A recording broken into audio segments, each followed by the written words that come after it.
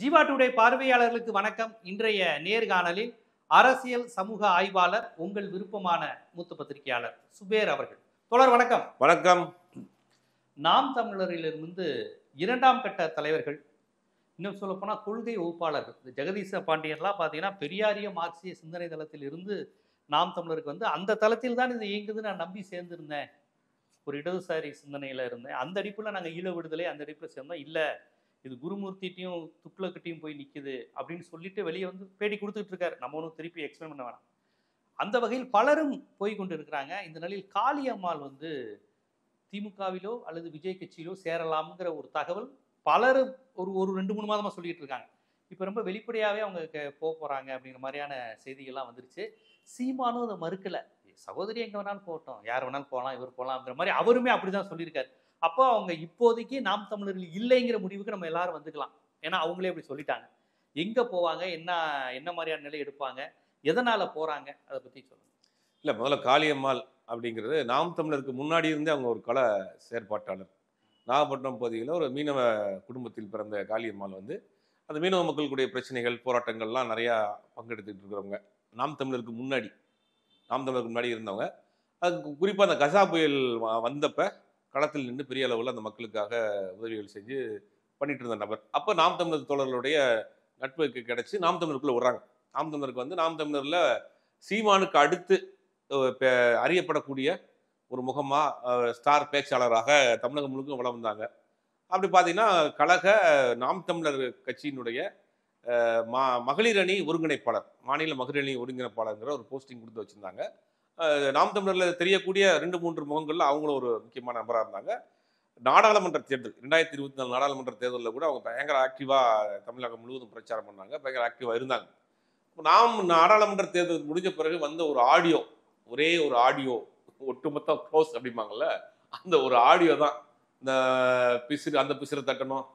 அந்த பிசிற தட்டணும் அப்படின்ற ஒரு ஆடியோ வந்து பெரிய அளவில் டோட்டல் டேமேஜ். சிங்கிள் ஆடியோ வந்து அடிக்கடி சொல்லுவீங்களே, சின்னத்தாயி படம் போஸ்டர் இப்படி வித்துச்சுன்னா இளையராஜாவின் சின்னத்தாயின்னு போட்டோன்னே விநியோகஸ்தர்லாம் வாங்கிட்டாங்க. சொன்னீங்க, நினைவு இருக்கா? ஆமா, இளையராஜாவின் சின்னத்தாயின்னு அந்த டைரக்டர் போட்டோன்னே யார் நடிகர் யாரும் யாரும் தெரியாது. அது மாதிரி ஒரே ஒரு ஆடியோ தான், ஒரே ஒத்த ஆடியோ மொத்தமா சோழியை முடிச்சு விட்டுருச்சு அப்படிங்கிற மாதிரி அந்த ஒரு ஆடியோ வந்த பிறகு இவங்க பெரிய ஒரு அப்செட். நம்ம பொதுவெளியில நம்ம இப்படிலாம் பேசியிருக்கிறாரு, நம்மள அறியாம இப்படிலாம் பேசியிருக்காருன்னு அப்படி கொஞ்சமா கட்சி அவங்க மனம் உடைஞ்சது பெரிய அளவில். அவங்களே பேட்டி நிறைய இடங்களில் கொடுத்துருக்காங்க. எனக்கு வருத்தம் தான் அண்ணன் பேசுறது அப்படி இப்படின்னு சமாளிச்சுட்டே ஓட்டிட்டு இருந்தாங்க கடந்த 6 மாசமா. எந்த கட்சியும் அதுக்கு பிறகு அதே மேடையில வந்தாங்களே அவங்க ஒரு மேடையில வந்து என்ன தெரியுமா சொன்னாங்க, அண்ணன் பிரபாகரன் 10 நிமிஷம் தான் பார்த்தாங்க, அது போட்டு கொடுத்த மாதிரி ஒரு பேசிட்டு போயிட்டாங்க. அந்த ஒரு அப்படியே ஒரு நெருப்பு அப்படியே ஒரு போஞ்சுக்கிட்டே இருந்துச்சு, பெருசா ஆக்டிவா இல்லை. அப்படிங்கும் போது இந்த ஈரோடு இடைத்தேர்தல் வந்துச்சு. ஈரோடு இடைத்தேர்தலில் சுத்தமாகவே அவங்க எந்த செயல்பாடும் இல்லை, ஒதுங்கி இருந்தாங்க. காளியம்மாள் எந்த கட்சியில் சேர போகிறாங்க, தாவேக்காவில் சேர போகிறார், இன்று விஜயை சந்திக்க போகிறார் அப்படின்லாம் ஃப்ளாஷ் ஒரு 10 நாளைக்கு முன்னாடி, 1 மாதத்துக்கு முன்னாடி ஓடிச்சு. இல்லை அதிமுகவில் சேர போகிறாங்க, அப்புறம் வந்து இல்லை திமுகவில் சேர போகிறாங்கன்னு பல குழப்பங்கள் போயிட்டு இருந்துச்சு. ஒரே ஒரு இன்விடேஷன் தான் வந்துச்சு. இப்போ அதை வச்சு தான் இன்னைக்கு காலில் இருந்து ஒரே ஃப்ளாஷ் நியூஸாக போயிட்டு இருக்கு. என்ன இன்விடேஷன் அப்படின்னா, மணப்பாடுங்கிற ஒரு கடற்கரை கிராமத்தில் ஒரு தனியார் தொண்டு நிறுவனம் ஒரு நிகழ்ச்சி நடத்துறாங்க. அந்த நிகழ்ச்சியில வந்து அனிதா ராதாகிருஷ்ணன், அப்புறம் திமுக சார்பில் கான்ஸ்டன்ட் ரவீந்திரன், காங்கிரஸ் கட்சியின் சார்பாக விளவங்கோடு சட்டமன்ற உறுப்பினர் தாரகை கத்பட், இவங்க 3 பேரும் கலந்துக்கிறாங்க. 4வதா ஒரு பேர் இருக்கு, காளியம்மாள் பிரகாசம், சமூக செயற்பாட்டாளர் அப்படின்னு ஒரு போஸ்ட், ஒரு இன்விடேஷன் பார்த்தோன்னே சோசியல் மீடியாவில் காலையில் இருந்து அது பரபரப்பாக போக ஆரம்பிச்சுன்னா, காளியம்மாள் வந்து நாம் தமிழர் கட்சியின் முகமாக இருந்தவங்க, நாம் தமிழர் கட்சியினாலே டக்குன்னு காளியம்மாள் தெரிஞ்சிடும். அப்படிப்பட்டவர் தன்னுடைய பதவியை எடுத்திருக்காங்க, சமூக செயற்பாட்டாளர் போட்டிருக்காங்க. என்ன நடந்துச்சு, எங்க போறாரு, அதுவும் திமுக அமைச்சர்கள் இருக்கிற மேடையிலேயே இவங்க போய் கலந்துக்கிறாங்க. திமுகவுக்கு நேரெதிரான நிலைப்பாட்டை கொண்டவங்க. திமுக மட்டும்தான் நாம் தமிழரின் ஒரே எதிரி அப்படின்னாங்க. இப்போ ஒரு 6 நாடாளுமன்ற தேர்தல் முடிஞ்ச பிறகு இந்த பாட்டு சர்ச்சை வந்தப்ப இவங்க என்ன பண்ணாங்க அப்படின்னா, அந்த பாட்டை அவங்க கார்ல ஓட விட்டுட்டு வீடியோ எடுத்து அதை பாடிட்டே போனாங்க. அது ஒரு பெரிய வைரலான கலைஞர் சம்பந்தமா ஒரு பாட்டு பாடினாங்க. அப்போ அந்த மாதிரி நேரெதிராக திமுகவுக்கு இருந்த ஒரு நபர் வந்து இன்னைக்கு திமுக அமைச்சர்கள் கலந்து கொள்ளக்கூடிய ஒரு மேடையில் வந்து ஒரு ஏறிடுறாரு, அப்போ ஒரு திமுகவில் சேர போறாரு போல கன்ஃபார்ம் பண்ணிட்டாங்க அப்படின்னு காலையிலேருந்து பரபரப்பாக செய்திகள் போகிறப்ப அவங்கள்ட்டையும் கேட்குறாங்க, சீமான் அவர்கள்ட்டையும் கேட்குறாங்க. மதுரை ஏர்போர்ட்டில் சீமான்ட்டு காலையில் பத்திரிகையாளர் சந்திப்பில் கேட்குறாங்க, சகோதரி தங்கச்சி போனால் போட்டோம், நம்மளுக்கு என்ன இருக்குது, யார் வேணாலும் வரலாம், இது ஜனநாயக கட்சி அப்படின்ட்டு அவரு பேசுறாரு. இந்த பக்கத்துல இருக்க தம்பி கூட நாளைக்கு போவாரு. அப்படி திரும்பி பார்த்தா சாட்டை திரை பண்ணிக்கிறாப்ல.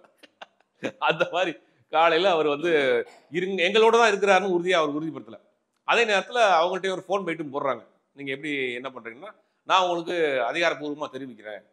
அது வரைக்கும் வெயிட் பண்ணுங்கன்னு. அவங்களும் நான் வந்து நாம் தமிழ்ல இருக்கிறேன், நாம் தமிழ்ல இல்லைன்னு சொல்லல. நான் உங்களுக்கு அறிவிக்கிறேன். எந்த கட்சிக்கு போறேங்கிறத அறிவிக்கிறது தான் அவங்க சொல்றாங்க. இப்ப நமக்கு வரக்கூடிய தகவல் என்னன்னா, மார்ச் 1ஆம் தேதி தமிழக முதலமைச்சருடைய பிறந்த நாள் அன்னைக்கு கட்சியில் அவர் இணைவதாக ஒரு தகவல் வந்துகிட்டு இருக்கு. ஆல்மோஸ்ட் அது கன்ஃபார்ம் ஆயிரும் தான் நினைக்கிறேன்.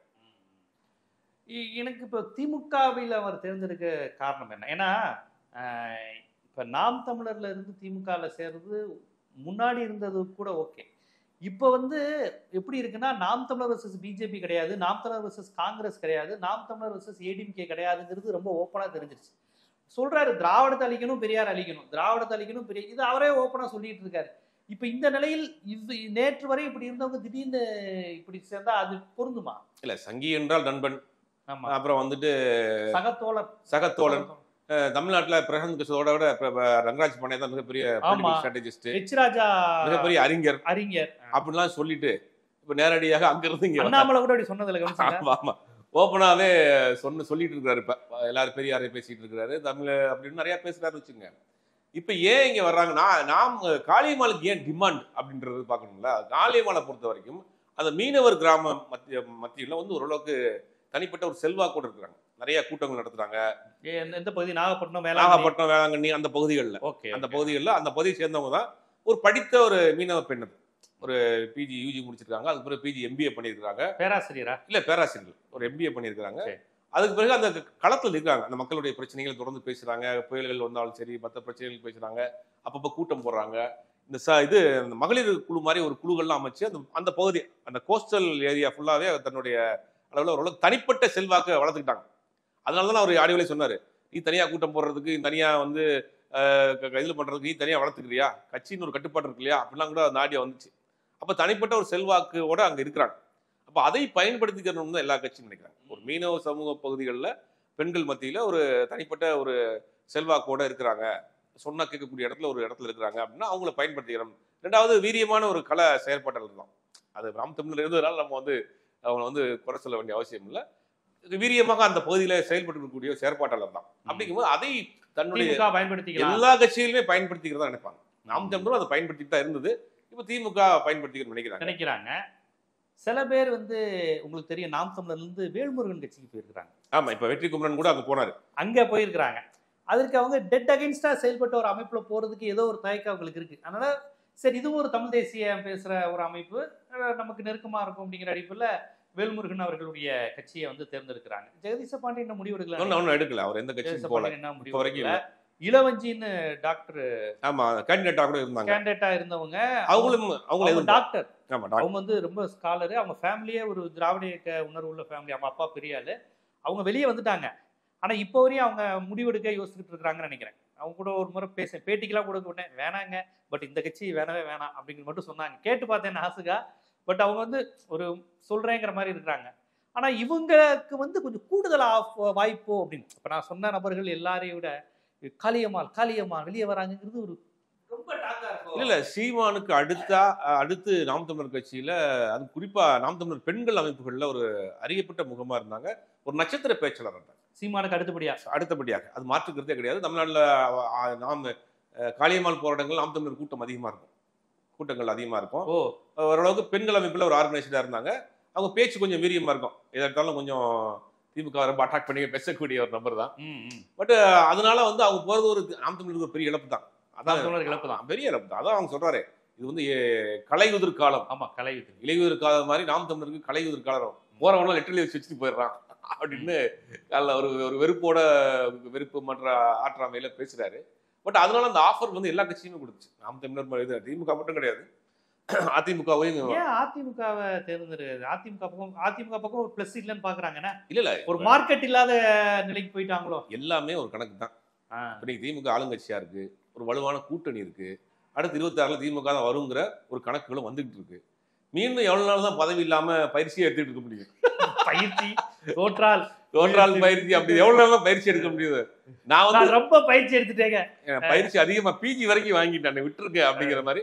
சரி, அடுத்து வந்து நம்ம வந்து பயிற்சி வேணாம், அடுத்து ஜிம்முக்கு 6 மாசம் போனாலே உடம்பு ஃபிட் ஆயிரும். ஆமா. நாங்க இத்தனை வருஷம் போய் உடம்பு அதே மாதிரி இருந்தா என்னங்க அர்த்தம் அப்படின்ட்டாங்க. எவ்வளவு நாளா நான் பயிற்சி எடுக்கிறது, எங்களை செயல்பட விடுங்க அப்படின்றதுனால திமுக அவங்க எல்லா ஒரு அரசியல் கணக்கு தான் வந்தாருன்னா அவர் அந்த பகுதியில் ஏதாவது இல்ல அவருக்கு இவங்க மேல ஏன் இதாகுது? இப்ப இவங்க வெளியே வராங்கிறத பத்தி சொல்லலாம், நம்ம பேசலாம். திமுகங்கிறது 2ஆம் கட்ட தலைவரா அந்த அளவுக்கு கலைஞர் எதிர்ப்புலாம் பேசி சீமான் மனதை மகிழ்விக்கிற அளவு தானே இருக்காங்க. அந்த பாட்டை போட்டு கேட்கிற அளவுக்கு தானே இருந்திருக்காங்க.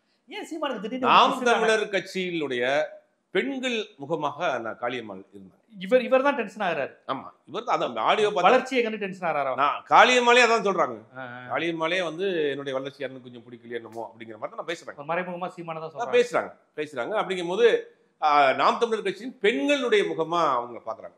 ஆனா அதே நேரத்தில் இவர் தன்னுடைய மனைவியை கொண்டு வரணும்னு பாக்குறாரு.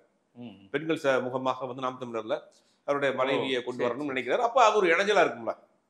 அப்ப சீமான் தான் வாரிசு அரசியலுக்கு எதிரானவராச்சே. திமுக கொண்டு வருது, இதை நான் எதிர்க்கிறேன்னு சொல்றாரு. அவங்க மனைவி ஏதாவது ஒரு பொறுப்புல இருக்கிறாங்க போல, அந்த அட்வொகேட்னால தேர்தல் இதெல்லாம் பொறுப்புல இருக்காங்க போல. அவர் மகனை தான் அரசியல் கொண்டு வர மாட்டாரு. மகன் தான் வர மாட்டாருன்ற மச்சின வந்து ஒரு தேர்தலில் போட்டியை போட்டாரு. மச்சின வாரிசு அரசியல் வர மாட்டாரு. மச்சினன் வாரிசு அரசியல், மச்சினன் மனைவி கிடையாது, மகனை தான் கொண்டு வர மாட்டாரு. ஆமா, அது அப்படின்ற அது வந்து வாரிசுல வராது அப்படின்ற ஒரு கொள்கையை வகுத்து அவர் வாழ்ந்துட்டு இருக்கிறாரு. பட் இந்த வாரிசு அரசியல்ங்கிறது இன்னைக்கு வந்து ஒரு எக்ஸ்பீரியான ஒரு டெம்ப்ளேட். இன்னைக்கு வாரிசு இல்லாத கட்சிகளே கிடையாது. வாரிசு அரசியல்ல வந்து எத்தனை பேர் ஜெயிச்சிருக்காங்க? வாரிசுன்னு சொல்லுவாங்க. திமுக வாரிசு, நான் ஜெயதீபா கூட வாரிசு தான். ஆமா, ஏங்க டீனர்ல அவங்க வீட்டு முன்னாடி அவ்வளவு கூட்டம் இருந்துச்சு, கடையெல்லாம் போட்டாங்க. கோவை மலரவன் இருக்காருல, சீனியர் ஏடிஎம், இப்ப தவறிட்டாருன்னு. ஆமா, அவர் வந்து மேயரா இருந்தவர். அவர் வந்து ஜெயதீபா ஆதரவாளரா இருந்தாரு. நிறைய பேர் சொல்லிட்டாங்க, இவங்க வந்துட்டாங்கன்னா கைப்பற்றிட்டாங்கன்னா அவ்வளவுதான் அப்படின்னாங்க. கொங்கு மண்டலமே அவங்க பக்கம். என்ன நடந்துச்சுன்னா, பாண்டுரங்கன் ஒரு அமைச்சர் இருந்தார், அணைக்கட்டு பாண்டுரங்கன், முரட்டு மீஸ் வச்சிருப்பாரு, பாத்துருப்பீங்க. அவர் அந்த அம்மா வந்தப்ப தொட்டு கும்பிடுவார், பாத்துருக்கீங்களா? பயங்கர ஃபேமஸ். அவர் வேளாண் துறை அமைச்சர் இருந்தார். அவரே காலைல பாத்தீங்கன்னு வச்சுங்க, அங்க போய் நின்றுட்டாப்ல ஜெயதீபா வீட்டு வாசப்படல. அந்த வீட்டு என்ன பண்ணாங்க, இதுக்காகவே ஒரு பால்கனி கட்டிட்டாங்க வீட்டுல முன்னாடி. பால்கனி கட்டிட்டு அந்த பால்கனில இருந்து அதே மாதிரி ட்ரெஸ் எல்லாம் போட்டு எல்லாரும் கை காமிச்சு. அப்ப இந்த வாரிசுங்கிறது வந்து ஜி.கே. வாசன் கூட தான் வாரிசு. ஆமா, ஐயா மூப்பனாருக்கு இருந்த அந்த செல்வாக்கு, மரியாதை இன்னைக்கு என்ன நடந்துல இருக்கு. அப்ப வாரிசுங்கிறது நீங்க உள்ள வர்றது கூட ஒரு விசிட்டிங் கார்டு தான். அது எப்படி சரியா பயன்படுத்துறாங்கன்னு தான் இருக்கு. அப்ப வாரிசுங்கிறதே இன்னைக்கு வந்து அது ஒரு எக்ஸ்பீரியான ஒரு டெம்ப்ளேட் ஆகி போச்சு. அதனால வந்து வாரிசை பத்தி நம்ம பேசினோம்னா, இவர் வாரிசுல வருமா, மச்சன் வாரிசுல வருவாரா வரமாட்டாரா அப்படிங்கிறதெல்லாம் நம்ம வந்து ஏதோ அகராதி புத்தகத்துல பார்த்து தான் நம்ம தெரிஞ்சுக்கிறோம். அதை விட்டுருவோம். இப்ப இவங்க வளர்ச்சியே பிடிக்கல சீமானுக்கு. ஆமா, இப்ப நாம் தமிழரின் பெண்களுடைய ஒரு முகமா இருக்கிறாங்க, அறியப்பட்ட முகமா இருக்கிறாங்க. ஒரு வளர்ச்சி உறுத்துது. அதே மாதிரி இன்னொருத்தர் சிவசங்கர் ஒருத்தர் வளர்ந்துட்டு இருக்கான், அந்த பிசிறி தட்டி விடணும்லாம் ஆடியோல வந்துச்சு. இதெல்லாம் நம்ம சொல்லல, எல்லாமே வெட்ட வெளிச்சமா பொது வெளியில வந்த தகவல் தான். அப்படிங்கும் போது அவங்களுக்கு ஒரு அந்த பக்கம் இருந்து இப்படி ஒரு ரியாக்ஷன் வரும்னு காளியம்மாள் எதிர்பார்க்கல. அது ஒரு பெரிய மன வருத்தம். ஒதுங்கி இருந்தாங்க. பல கட்சிகள் ஆஃபர் வந்துச்சு. தனிப்பட்ட பேச்சாளர் மட்டும் கிடையாது, தனிப்பட்ட செல்வாக்குல அந்த பகுதிகளில் இருக்கக்கூடிய நபராக இருந்தனால பயன்படுத்திக்கிறணும்னு எல்லா கட்சியும் நினைக்குது. அது திமுக இப்போ அதில் ஏறக்குறைய வெற்றி பெற்று இருக்கிறதா தான் வருது. ஆனால் இந்த திமுக தொண்டர்கள் எப்படி ஏற்றுக்கிற போறாங்கன்னு தெரியல. இல்லை, அதைத்தான் நான் உங்கள்கிட்ட அடுத்து கேட்கணும்னு நினைச்சேன். இப்போ 2 திராவிட கட்சிகளை பற்றி ஒரு ஆய்வு மனநிலை கொண்டு நம்ம எல்லாம் விவாதிக்கிறோம். உங்களுக்கு தெரியும், நம்ம ஊடகம் மட்டும் இல்லை, எல்லாத்துலேயும் நீங்கள் பேசிக்கிட்டு இருக்கீங்க. திமுக வந்து அதற்கான கட்டுமானம் ஒன்று இருக்கு, பின்னாடி இருந்து வந்தவங்க. இப்போ அதிமுகலேருந்து வரவங்கிறது வேற. அது இருந்தாலும் பங்காளி தானே, ஒரே பிரீடு தானேங்க. எம்ஜிஆரே என்ன கேட்குறாரு, உங்களுக்கு திமுக என்ன வித்தியாசம்னா, கொள்கையில ஒரு வித்தியாசமும் இல்லைன்ட்டாரு. இரட்டை குழல் துப்பாக்கி, இந்திய எதிர்ப்புல நாங்கள் ஒன்னா இருப்போம் அப்படின்ட்டாரு. ஸோ அதிமுகல இருந்து இப்போ செந்தில் பாலாஜி இருக்காரு, சேகர் பாபு இருக்காரு, ஏவாவேல் இருக்காரு, ரகுபதி இருக்காரு, முத்துச்சாமி இருக்காரு, வேற யாரு நிறைய இருக்காங்க. இப்ப கூட அமைச்சர் பழனி, நிறைய பேர் இருக்கிறாங்க. அது என்ன இருந்தாலும் ரெண்டுக்கும் வந்து ரெண்டுமே பெரியார் திட்ட மாட்டாங்க. 2 பேருக்குமே பெரியார் தான் தலைவர், அண்ணா தான் தலைவர். ஸோ 2 பேருக்குமே பொது தலைவர். ஸோ இதுல மாறி போய் இது பண்ணிக்கிறது வந்து பெரிய விஷயம். அடித்தராதாகிருஷ்ணன்லாம் 2 கட்சிக்குமே இது பண்ணி போனவரலாம். ஆனா நாம் தமிழர் மாதிரி பெரியாரை எதிர்க்கின்ற ஒரு முகாமில் இருந்து உள்ள வர்றது இருக்குல்ல, அதை வந்து அவங்களுக்கு முக்கியத்துவம் கொடுக்குறாங்க. அப்படிங்கிறப்ப திமுகவில் இருக்கிறவன், திமுகவுக்காகவே இருக்கிறவன், அதான் சரியான வார்த்தை, அந்த மாதிரி இருப்பாங்களே திராவிடம் பெரியார், அவர்கள் வந்து இந்த மாதிரி விஷயத்தை எப்படி பார்ப்பாங்க? இல்ல, முதல்ல நீங்க பெரியார் எதிர்ப்புங்கிறது இப்போ ஒரு 6 மாசத்துக்குள்ளதான் நாம் தமிழர் தூக்கி பிடிக்குது. ஆமா, ரொம்ப பேசுனது இப்பதான் இந்த எலெக்ஷனுக்கு. ஆனா நாம் தமிழர் ஆரம்பிக்கப்பட்ட நோக்கம் வேற. அது எங்க வந்து நின்றுட்டு இருக்கு? பெரியாரிய மேடைகளில் கருப்பு சட்டையை போட்டுக்கிட்டு பெரியாரை உயர்த்தி பேசி தன்னுடைய அரசியல் பயணத்தை தொடங்கியவர். கருப்பு அப்புறம் சிகப்பா மாறி கம்யூனிஸ்ட் இயக்கங்களில் மார்க்ஸை பற்றி பேசிட்டு இருந்தார். அதற்கு பிறகு தனியாகவே ஒரு கொள்கையை வகுத்துக்கிட்டு தமிழ் தேசியங்கிற பேரில் பேச ஆரம்பிச்சாரு. நாம் தமிழுடைய பரிணாம வளர்ச்சியை பாருங்க. அதுக்கு பிறகு முப்பாட்ட முருகனுங்கிற அந்த ஒரு ஸ்டாண்ட் எடுக்கிறாரு. இப்போ கடைசியில் வந்து இங்கே வந்து நிற்கிறார். அப்போ இதெல்லாம் பார்த்து அவங்க வரல. காளியம்மாளை பொறுத்தவரைக்கும் கிட்டத்தட்ட 10 வருஷமா இருக்கிறாங்க. கிட்டத்தட்ட 10 வருஷம் ஆச்சு. 10 வருஷத்துக்கு முன்னாடி காளியம்மாள் நாம் தமிழ் சேர்றப்ப இவ்வளவு பெரியார் எதிர்ப்பு கிடையாது. இவ்வளவு இனத்துக்காக, மொழிக்காக, ஈழத்துக்காக, தமிழ்நாட்டுக்காக ஒரு தேசம் வேணும், தமிழுக்காக ஒரு இனம் இருக்கு, தமிழ் தனித்துவமான அடையாளமா இருக்கணும், நமக்குன்னு ஒரு பண்பாடு இருக்கு, அந்த அடிப்படையில் வந்தவங்க தான். திராவிடத்துக்கும் தமிழ் தேசியத்துக்கும் பெரிய வித்தியாசம். தமிழ் தேசியத்துக்கு திராவிடத்துக்கு எதிரான சித்தாந்தமா இன்னைக்கு மாத்தி விட்டுருக்காங்க. அது தவறான விஷயமா இன்னைக்கு ஆக்கி வச்சிருக்காங்க. தமிழ் தேசியத்துக்கும் திராவிடத்துக்கும் பெரிய வித்தியாசம்லாம் ஒண்ணு கிடையாது. ரெண்டுமே ஒண்ணுதானே. பெரியார் தானே தனித்தமிழ்நாடு கேட்டாரு, வேற யாரு கேட்டாங்க? ஆனா அந்த நோக்கத்தோடு தான் வந்தவங்க. சொல்லப்போனா அவங்க ரொம்ப ஒரு நல்ல நோக்கத்தோட தான் அவங்க உள்ள வந்த ஆட்கள் தான் எல்லாருமே. நான் காளியம்மாள் மட்டும் கிடையாது, நாம் தமிழர்ல சேர்ந்தக்கூடிய எல்லாருமே அவர் சொல்லக்கூடிய அந்த வீரியமான அந்த உரைகளை கேட்டு ஏதோ தமிழ்நாட்டு மக்களுக்கு ஏதோ செய்ய போறாரு, வந்து ஆட்சி வந்தாருன்னா ஏதாவது பண்ணிடுவாரு அப்படிங்கிற அந்த நோக்கத்தோடு வந்தவர் தான். ஏறக்குறைய காளியம்மாள் அந்த நோக்கத்தோடு வந்தவங்க தான். ஆனா என்ன பண்ணிருக்கலாம் அப்படின்னா, பெரியார் பேச ஆரம்பிச்சிட்டாரு, இப்போ திசை வேற நோக்கி போகுதுன்னு வெளியில வந்திருந்தாங்கன்னா அவங்களுக்கு இன்னும் கொஞ்சம் கிரேட் கூட்டிருக்கும். அதை விட்டுட்டு போனா கரெக்டா சொன்னீங்க. அதுல இருந்து வந்திருந்தாங்கன்னா திமுகலையும் அவங்க சேர்க்கறதுல எந்த தயக்கமும் இல்லை. நாங்க ஒரு நோக்கத்தோடு நாம் தமிழ்ல சேர்ந்தோம். தமிழ் தேசியம், தமிழ்நாடு, தமிழருக்கு அப்படிங்கிற நோக்கத்தோடு நாங்க சேர்ந்தோம். ஆனா இங்க திசை மாறி போயிட்டு இருக்கு. இப்ப கொள்கை பரப்பு செயலாளர் ஒருத்தர் வெளியே வந்தார். அவர் என்ன சொல்றாரு, எங்களை கொண்டு போய் பாஜக அடமானம் வச்சுட்டாங்க. ஆமா, கொள்கை பரப்பு செயலர் அவர் பகிரங்கமான ஒரு குற்றச்சாட்டு வைக்கிறார். அப்படி கொள்கை முரணோடு நீங்க வெளியில வந்து இங்க போய் சேர்ந்துருந்தீங்கன்னா இன்னும் கொஞ்சம் அவங்களுக்கு கிரேட் கூட்டியிருக்கும்.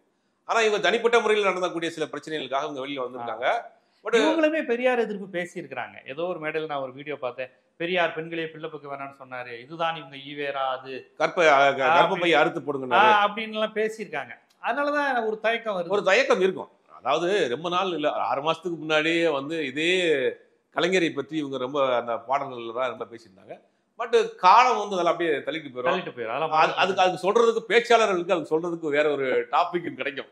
நான் வந்து ஏதோ ஒரு மயக்கத்தில் கலக்கத்தில் இருந்தேன், அப்புறம் படிச்சு பார்த்த பிறகு சீமான் பேசலையா, அப்ப எனக்கு படிக்க தெளிவு வருதுன்னு அதே மாதிரி பேசிட்டு போயிடலாம். பட் அதுக்கு அரசியல்ல நிரந்தர நண்பனும் இல்லை பகைவனும் இல்லைங்கிற ஒரு கான்செப்ட் எதுக்கு பொருந்துமோ இல்லையோ அரசியலுக்கு அந்த வார்த்தை பாஜக இருந்தவங்களே திமுக சேர்ந்திருக்காங்க. இப்ப வைத்தியலிங்கம் இவர் இருக்காரு, வைத்தியலிங்கம் மாநில துணைத் தலைவராக இருந்தார். பாஜக இருந்து போயிருக்காரு, திமுக இருந்து கேபி ராமன், அரசகுமார் இருந்திருக்காரு, அரசகுமார் பிஜேபி இருந்து இங்கே வந்திருக்காங்க. அரசகுமார் பாஜகவினுடைய துணைத் தலைவராக இருந்தார், மாநில துணைத் தலைவர். திமுக வந்தது ஒரு மேடையில பேசுறாரு, அடுத்து தமிழ்நாட்டில் திமுக தான் ஆச்சு, ஸ்டாலின் தான் முதல்வர்ட்டார், அதனால கட்சியில வந்து நீக்கி வச்சிருந்தாங்க, அவருக்கு கல கட்டுப்பாட்டை மீறிட்டீங்க கட்சியில. உடனே அவர் திமுகவே வந்து சேர்ந்தார். அப்படி வந்த பிஜேபியில இருந்து வந்த ஆட்கள் இருக்காங்க, பிஜேபியில முரண்பட்டு வந்த ஆட்களும் நிறைய இருக்கிறாங்க. அப்ப நீங்க சொல்ற நேர் எதிரான ஒரு கான்ட்ராஸ்ட்ல இருந்து இவங்க திமுக வர்றாங்க.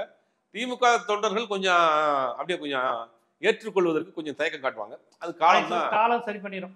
இப்ப எம்ஜிஆர் ஊழல் செய்யறாருன்னு எஸ்டிஎஸ் சொன்னாரு, எம்ஜிஆரே எதிர்க்கிறாங்கன்னு பார்த்தோம், கடைசி பார்த்தா ஜெயலலிதா வேன்ல அவர் தொங்கிட்டு போனாருங்கிற ஆரம்பி எடுத்துங்க. ஜெயலலிதா அவர்களுக்கு நேர் எதிரான ஒரு நிலைப்பாட்டை எடுத்து அரசியல் பண்ண ஆரம்பி, எம்ஜிஆருக்கும் ஜெயலலிதாவுக்கும் ஆரம்பிக்கும் இந்த முக்கோண ஒரு மோதல் வந்து ரொம்ப நாளா போய்கிட்டு இருந்த ஒரு கட்சியில கடைசியில் அதே ஆரம்பி அங்க போய் கை கட்டி நின்னார் இல்லையா. அது வரலாறுகள் அப்படி மாறிக்கிறோம், வரலாறுகள் மாற்றி கலைஞரை பத்தி கடுமையான விமர்சனங்கள் வைத்த பழகருப்பையா கலைஞர்கிட்ட போய் நின்னாரு. ஆமா, கலைஞர் நின்னாரு. இதே இது நிறைய பேர் சொல்லலாம், நிறைய ஒரு லிஸ்ட் இருக்கு. அது வந்து காலங்கள் அப்படியே அதை மறக்கடிச்சிடும், மாற்றிடும். இவங்களுடைய செயல்பாடு அதை அடுத்ததான் அதை கொண்டு போய் சேர்த்துரும். இவங்களுடைய பொறுப்பு எதுவும் முக்கியமான பொறுப்பு கொடுப்பாங்களா காளியம்மாளுக்கு? இல்ல, இப்போதைக்கு கொடுக்க மாட்டாங்க, தேர்தல் வேலையை ஏதோ ஒரு ஆஃபர் வச்சுதான் கூட்டிருப்பாங்க. ஆஃபர் வச்சுதான் இவங்க பேசியிருப்பாங்க. காளியம்மாள் வரக்கூடிய தகவல் என்னன்னா, எல்லாத்துக்குமே ஆஃபர் வச்சிருக்காங்க இவங்க.